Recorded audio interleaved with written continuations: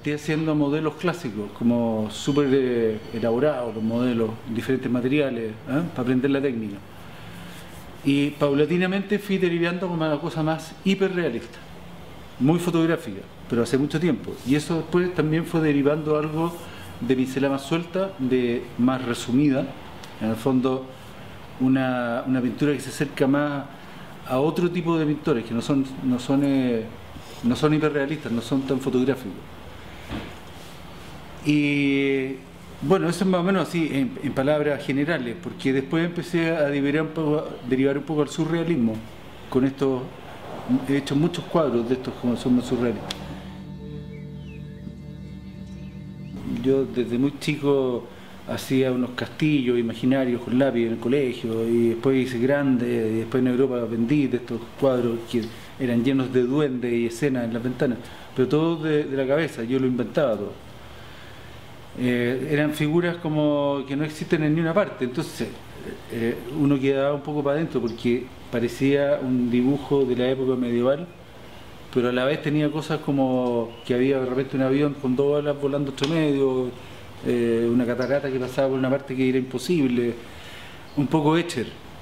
Escher es el rey de eso, pero no es matemático, es una cuestión totalmente espontánea, como que en vez de ser una estructura previa y después empezar a hacer sombra, yo partía por el extremo superior y empezaba a rellenar la página, a lo que se me ocurría, seguía para acá, para acá, para acá, de arriba para abajo, y terminaba acá, que es donde ya cerraba y filmaba. Entonces esto del surrealismo siempre me ha llamado la atención, pero para hacerlo necesitas la técnica suficiente como para reproducir cosas realistas y deformarlas, o ponerlas en situaciones que son imposibles.